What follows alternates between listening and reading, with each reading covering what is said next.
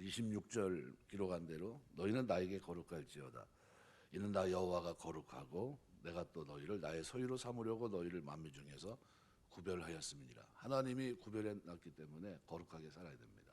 하나님 우리를 그렇게 복 주신 겁니다. 그래서 베드로서 1장 4절에서 7절 보면 너희로 정욕을 인하여 세상에서 썩어질 것을 피하여 신의 성품에 참여하는 자가 되게 하려 하셨으니 이러므로 너희가 더욱 힘써 너희 믿음의 덕의 지식을, 지식의 절제를, 절제 인내를, 인내 경건을, 경건의 형제 우애를, 형제 우애 사랑을 공급하라. 이렇게 얘기합니다. 늘 염두에 두고 살아가야 될 삶이 있는데 바로 그것이 거룩한 삶입니다. 다양한 모습으로 나타나는데요.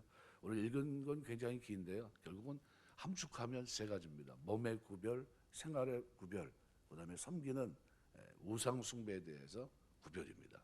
하나님은 우리가 이 땅에 살면서 몸을 구별하기 원하십니다. 먹는 것도 마찬가지고요.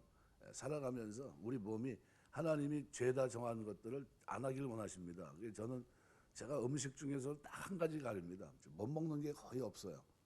안 줘서 못 먹고 없어서 못 먹는다고 그러잖아요. 근데 제가 못 먹는 게 한 가지 딱 있습니다. 그게 뭐냐 하면 스스로 절제하는 게 한 가지가 있어요. 선지 안 먹어요. 성경에서 먹지 말라고 해서 안 먹습니다. 그거 외에는 뭐 세상 사람들이 얘기하는 대로 없어서 안 먹고 뭐 못 먹게 해서 못 먹고 그 정도죠. 다 먹어요. 뭐. 저는 잡식입니다. 뭐 어느 한쪽만 좋아하는 그런 스타일도 아니고요. 그냥 아무거나 해요. 그냥 제일 좋아하는 음식이 뭐냐 보면 김치찌개입니다. 그냥 아무 때나 먹을 수 있는 어려서부터 늘 익숙해서요. 그것만 있으면 좋습니다. 여기 몸의 구별을 얘기하면서요. 10절에서 21절에서 여러 유형의 간음에 대해서 구체적으로 말합니다. 남의 아내와 남의 남편과 간음한 행위, 친척끼리 서로 간음한 행위, 동성연애 행위, 짐승과 교합하는 행위, 이중성행위, 월경 중에 여인과의 성행위, 이거 다 구별합니다.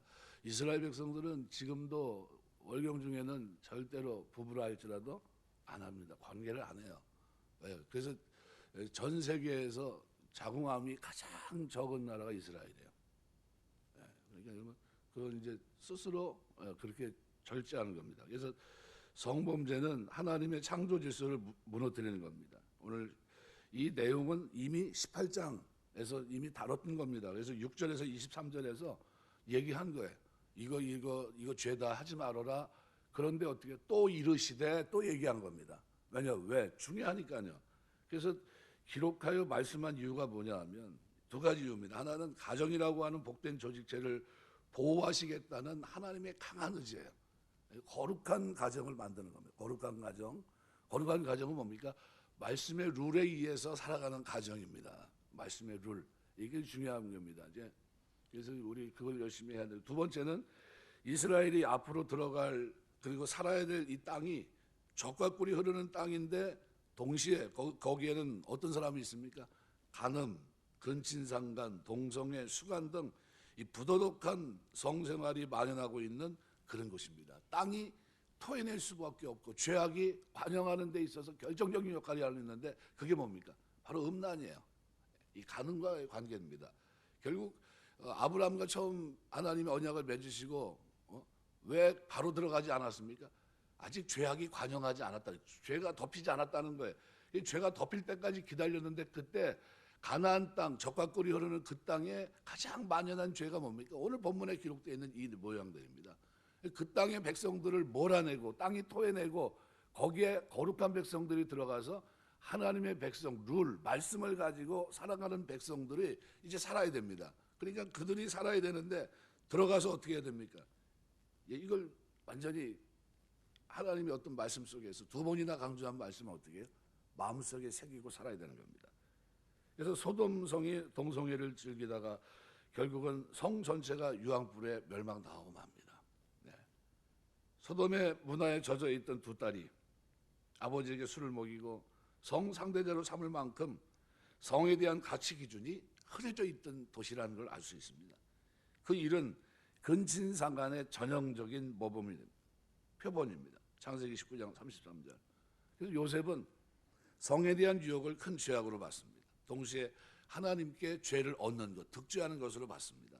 우리 몸은 성령이 거하시는 전입니다. 성결을 유지해야 됩니다.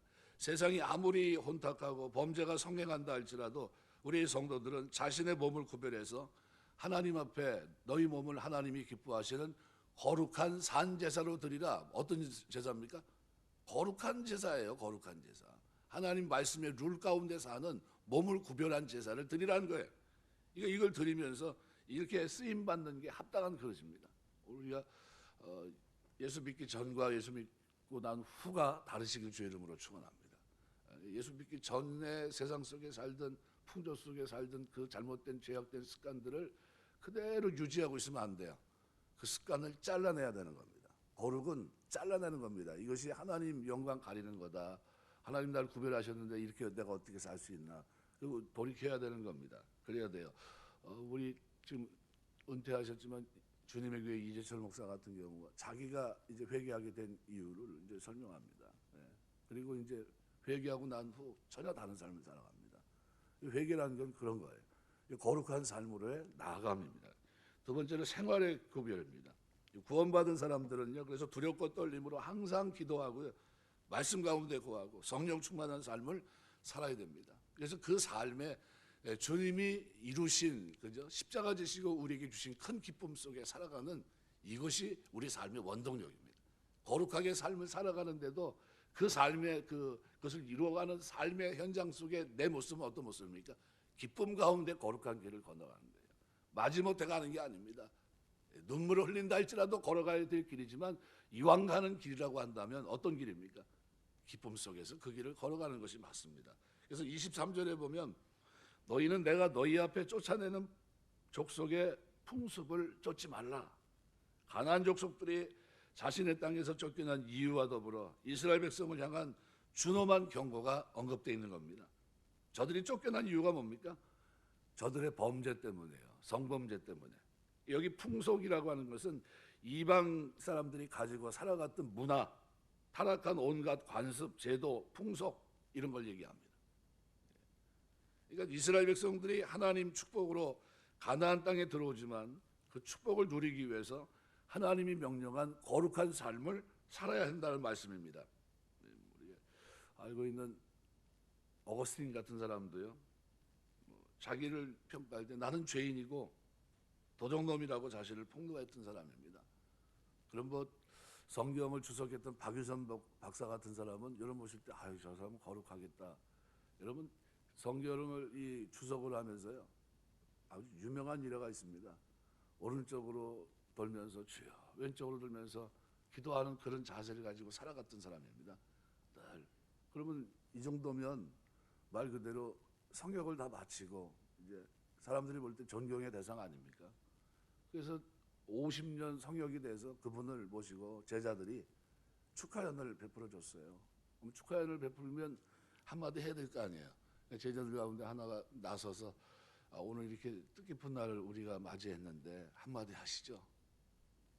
그때 박유선 박사가 한 말이 있습니다. 50년 묵은 죄인이 무슨 말을 하겠습니까? 은혜라는 겁니다. 내가 할 말은 아무것도 없다는 거. 여기까지 걸어온 것도 은혜라는 거예요. 그러니까 그 평생을 살아오면서 우리가 볼 때는 그렇게 거룩하게 살았던 그분이 자기 입으로 하는 말이 뭡니까? 나는 죄인입니다. 50년 묵은 죄인입니다. 내 입에서 무슨 말을 기대합니까? 저는 할 말이 없습니다. 그게 오늘 우리의 모습이 되어야 합니다. 우리가 살아가면서요, 온갖 이 더러운 죄악 속에 살아갑니다. 25절에 보면요, 이렇게 표현해요. 너희는 짐승이 정하고 부정함과 새가 정하고 부정함을 구별하고 내가 너희 위해 부정한 것으로 구별한 짐승이나 새나 땅에 기는 것들로 너희 몸을 더럽히지 말라. 하나님 우리가 이런 걸 왜 자꾸 시킵니까? 우리는 구별된 거룩한 백성이라는 것을 잊지 않도록 하는 거예요.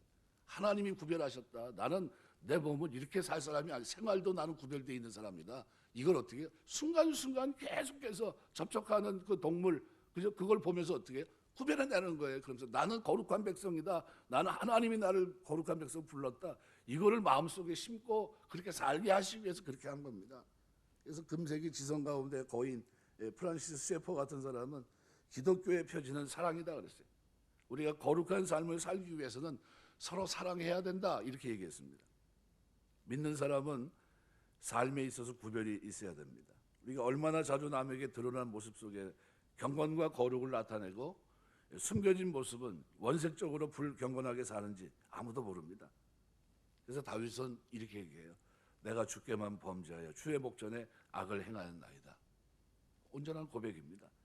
다른 사람이 볼 때는 성군 다윗이고 의로운 다윗이고 존경받을 만한 사람이었지만 다윗은 그렇게 합니다.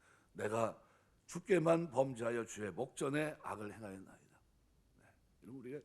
우리 드러난 사람은 경건한 사람인데 숨겨진 사람은 하나님 앞에 얼마나 많은 죄를 짓는 죄인인지 모릅니다. 늘 경계하시면서 생활에 거룩함을 이룰 수 있는 여러분 되시길 주의 이름으로 축원합니다. 또 다음엔 신앙의 구별입니다. 너희는 내게 거룩할지니라.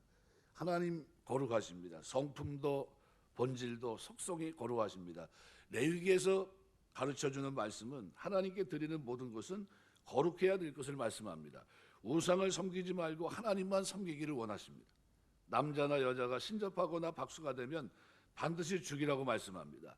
여호와의 신앙과 이방 우상 종교 사이에 타협이 없다는 겁니다. 동물 가운데 우리가 밍크 코트 목도리를 이제 지금은 많이 못 봅니다. 그런데 전에는 굉장히 값비싼 거죠. 흰 색깔입니다. 더욱이 밍크 코트 흰 색깔은 굉장히 비쌉니다. 밍크의 습성 가운데 하나가 뭐냐면요, 몸에 미세한 것이라도 오물을 허락하지 않는 거예요. 아주 깨끗합니다. 그래서 이 밍크의 습성을 알고 있는 사냥꾼이 밍크를 잡으려고 할 때는요, 밍크의 굴이 어딘가를 먼저 확인합니다. 그래서 그 빈 굴에 오물을 발라놓습니다. 그럼 밍크가 돌아다니다가 이제 사냥개를 풀어놓으면 추적하면 자기 굴로 와요. 근데 막 도망가다가 자기 굴로 들어가려다가 자기 집 굴을 이렇게 봅니다. 오물이 발라져 있는 것을 보면 몸을 돌이켜서 사냥개에게 그냥 잡혀 죽습니다. 왜 그러냐 하면 하얀 털에 오물을 붙이느니 차라리 죽음을 택하겠다는 거예요. 이게 밍크의 습성입니다. 우리 신앙의 구별, 오직 하나님만 섬기는 여러분 되시길 주의 이름으로 축원합니다. 여호수아 24장 말씀에 14절 15절 말씀에 보면 이렇게 표현합니다. 그러므로 이제는 여호와를 경외하며 온전함과 진실함으로 그를 섬기라. 너희의 조상들이 강 저쪽 그리고 애굽에서 섬기는 신들을 치워버리고 여호와만 섬기라. 만일 여호와를 섬기는 것이 너희에게 좋지 않게 보이거든 너희 조상들의 강 저쪽에서 섬기던 신들이든지 또는 너희가 거주하는 땅에 있는 아모리 족속의 신들이든지 너희가 섬길 자를 오늘 택하라. 오직 나와 내 집은 여호와를 섬기겠노라. 신앙의 결단입니다. 이게 거룩이에요. 나는 하나님만 섬깁니다. 오직 그리스도만 주라 고백합니다. 이게 결단이에요. 우리가 살아가는 동안 이것이 필요하다는 거죠. 그러니까 짐승도 자신의 정결을 위해 목숨을 버릴 줄 아는데 하물며 하나님의 백성들이 이 땅에 사는 동안 부름받은 성도가 거룩을 유지하기 위해서 어떻게 살아야 되겠습니까? 몸의 구별, 생활의 구별, 신앙의 구별, 이것이 거룩입니다. 이 거룩해 살아야 돼요. 그래서 로마서 12장 1절 그러므로 형제들아 내가 하나님의 모든 자비하심으로 너희를 권하노니 너희 몸을 하나님이 기뻐하시는 거룩한 산제사로 드리라. 이는 너희의 드릴 영적 예배니라. 이 거룩한 예배예요. 하나님 우리에게 그걸 원하십니다. 말씀 맺겠습니다.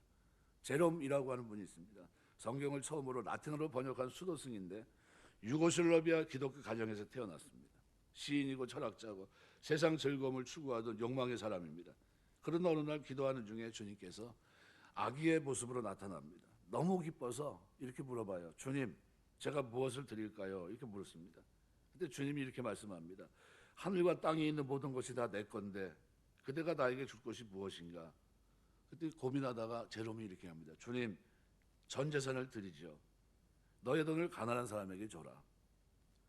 주님, 저는 꼭 당신께 뭔가 드리고 싶습니다. 이랬더니 그때 이렇게 얘기합니다. 그러면 그대의 죄와 세상을 사랑하는 욕망을 다오.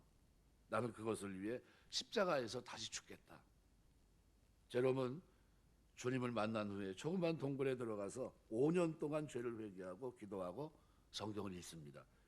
하나님은 이렇게 거룩해진 제롬, 자기 죄 때문에 철저히 회개한 5년의 자성의 시간을 보낸 이 제롬을 사용하셔서 성경을 번역하는 위대한 일을 하게 했던 겁니다. 성경을 처음으로 라틴어로 번역한 사람이에요. 그의 삶의 이면에는 5년간 동굴에서 성경을 보며 회개했던 이력이 있는 겁니다. 살아가면서 거룩하게 살기 위해서 몸부림치며 살 때 제일 많이 해야 될 것이 있다면 회개입니다. 50년 성역을 걸어갔던 박유선 박사님도요, 축하연 하는 그 자리에서 50년 묵은 죄인에게 어떤 말을 듣고 싶냐고 얘기했어요. 할 말이 없다는데 하나님의 은혜란 겁니다. 우리가 살아가면서 거룩하게 살려고 몸의 구별, 생활의 구별, 그죠? 신앙의 구별, 이것 가지고 하나님 앞에 몸부림치며 달려가다 주님 앞에 설 수 있는 저와 여러분 다 되시길 주의 이름으로 축원합니다. 기도하겠습니다.